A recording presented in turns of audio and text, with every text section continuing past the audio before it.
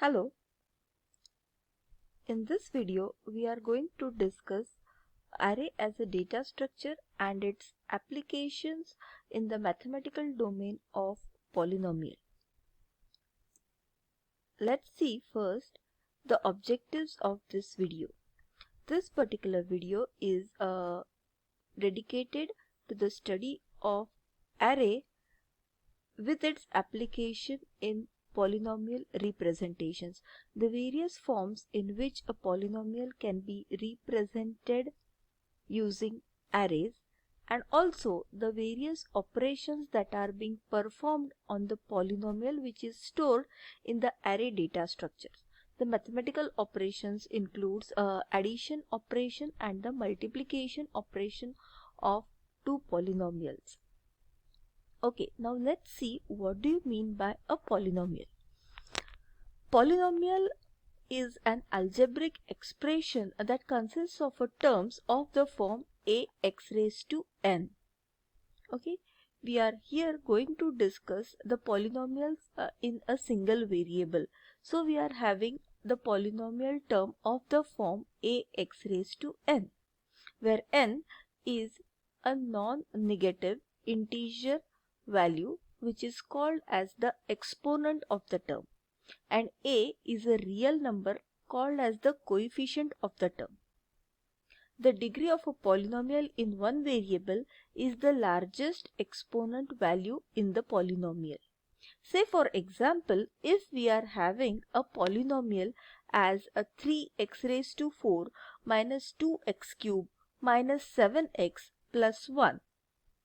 So this is a polynomial in a single variable consisting of 4 terms, as each term is of the form ax raised to n.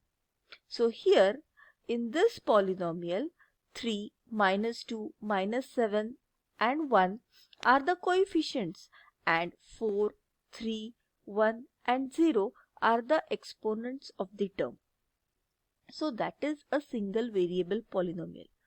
Now let's see how this single variable polynomial can be stored using an array. The most simplest way of storing a polynomial using the array as a data structure is in which the exponent value of the polynomial is itself used as the index of an array, and the coefficient will be stored at the respective index position. Say for example, if we are having a polynomial x raised to 8 minus 10x raised to 5 minus 3x cube plus 4 as the polynomial, then the highest degree of this particular polynomial is 8, which is the highest exponent value. So at index 8, the coefficient of that term, that is 1, will be stored. We are not having any value with the exponent 7, so it is being stored as coefficient 0. And we are also not having any term of exponent value 6, so it is being stored again as coefficient 0. The next term is 10x raised to minus 10x raised to 5. So at the index 5, coefficient of minus 10 will be stored. Then the next term is minus 3x raised to 3. So at index 3, the coefficient value of minus 3 will be stored. And the last term is 4x raised to 0. So at 0th index, coefficient 4 will be stored. This is the most simplest way of representing an polynomial. The operations which are being commonly performed on the polynomials is addition of two polynomials and multiplication of two polynomials. These operations can also be performed using the simple representation of a polynomial. As it is simple to be implemented, that is the most biggest advantage of this representation, but it has a major limitation.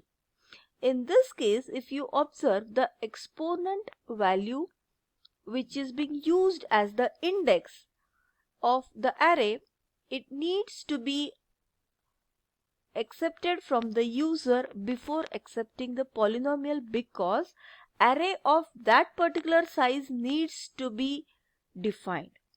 So as the array size needs to be predefined, hence you should be aware with the highest degree present in the polynomial. And also there is one more limitation, that there is wastage of space. If you observe in this previous example, wherever the term is not having a particular coefficient value, okay, or if that term is not present, so the coefficient zeros are being stored. Now consider a polynomial such that x raised to 99 plus 1. In such a situation, as the index is 99, the array of size more than 100 needs to be defined, because the index 99 will be dedicated, okay, to store the coefficient value 1, and 1 will be stored at index 0, and remaining all the indices will be having coefficient 0 terms. So there will be a lot of wastage of space if there are very few terms present in the polynomial and the highest degree of a polynomial, and the polynomial is having a very high degree. So due to this limitations, this representation of an array is not being practically used. So now let's see the practically used representation. It is the array of structures. In this representation, only the non-zero terms are being stored. And as you observe, the number of non-zero terms are very less in the polynomial. Hence, there is no memory wastage in this representation. Also, as you are not going to make use of the exponent value as the index, so there is no such limitation on the value of the exponent that can be used, because in this representation you are explicitly going to store the exponent value and the coefficient value. So for each term you can define a structure. Say for example, here you can observe there is structure poly, which is going to store the integer exponent value and the float coefficient value. And then you can define an array of this structure P1, which is of size 10. So it can store up to 10 non-zero terms in this array by using their exponents and the coefficient values stored separately in this respective fields. So this representation is having much more advantage as compared to the previous one. Here, as the non-zero terms are being stored, so the memory wastage is avoided, and also you are storing explicitly the exponent value, so you don't need to have a pre-knowledge of what would be the highest exponent value. With this, let's see an example how the array of structures is being used to store the polynomial. So just have a look at the polynomial x raised to 8 minus 10 x raised to 5 minus 3 x raised to 3 plus 4. This polynomial can be stored as there are 4 terms present into it. So for each term, its exponent value and the coefficient value is being stored. So here the exponent is 8. So in the exponent field 8 will be stored. The coefficient is 1. So in the coefficient field 1 will be stored. Accordingly, minus 10 is the coefficient, 5 is the exponent, minus 3 is the coefficient, 3 is the exponent, and for the last term 4 is the coefficient and 0 is the exponent. So using this, only the 4 non-zero terms which are being present are being stored with their exponent and the coefficient values. If you are having a polynomial with a very high degree, so x raised to 99 plus 5, so you need only 2 terms as there are only 2 terms present into it. So the exponent value 99 will be stored and its coefficient 1 will be stored. And for the second term, the exponent value will be 0 and the coefficient value 5 will be stored. So this representation is practically being used. Now let's see how can you perform an addition of two polynomials. Using array of structures, you can accept the two polynomials and store them in P1 and P2. Let the number of terms in P1 be T1 and T2 be the terms in P2. Repeat the following steps till the addition of the two polynomials is being completed. Check the exponent of term 1 in polynomial P1 whether it is same as the exponent of term 2 in polynomial P2. Add the coefficients and store this new term in the resultant polynomial P3. If the exponent of the term in P1 is greater than the term in P2, then write the term as it is in the resultant polynomial P3. If the exponent of the term in P2 is greater than the term in P1, then write the term from P2 as it is in the resultant polynomial P3. Now let's see an example of addition of two polynomials. Let's consider the polynomial x raised to 8 minus 10 x raised to 5 minus 3 x raised to 3 plus 6.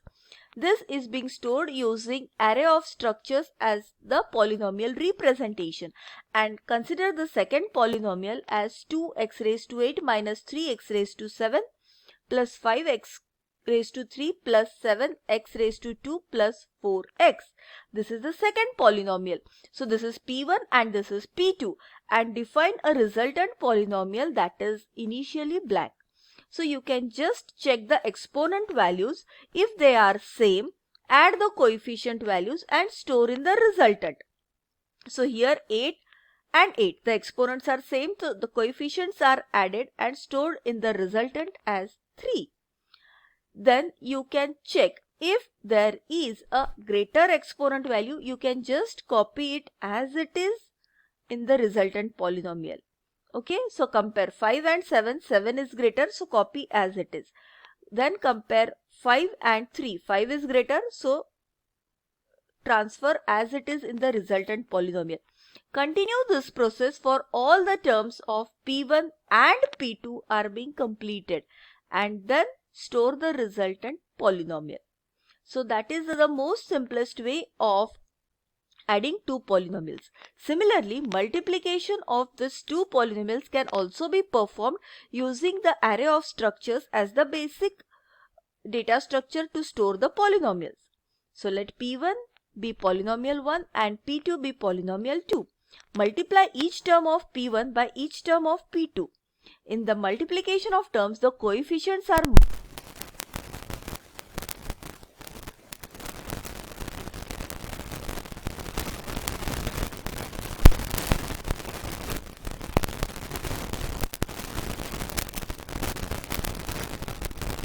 generate the final result. So let's see an example of this multiplication of polynomials. So here if you observe, the partial result is being stored, and whenever the coefficients, the exponents are matching, so x raised to 3 and 4x raised to 3, the exponents are matching, so their coefficients are added in the final resultant polynomial. So again, multiplication of polynomials can also be performed in a simple way. Let's see the evaluation of polynomial, which can be done just by accepting the value of x from the user and actually substituting the value of x in the polynomial. So let P be the polynomial stored using array of structures. Read the value of x and calculate coefficient into the power of x to the expo of each term and add the result to get the final value of the polynomial. Hence, evaluation of polynomial can also be performed using array of structures. These are the references which are being used for the preparation of this video. Thank you. So you can observe that using this array as a basic data structure, you can perform all the mathematical operations on the polynomial, like the addition, the multiplication, its evaluation very effectively if you are making use of array of structures. Thank you.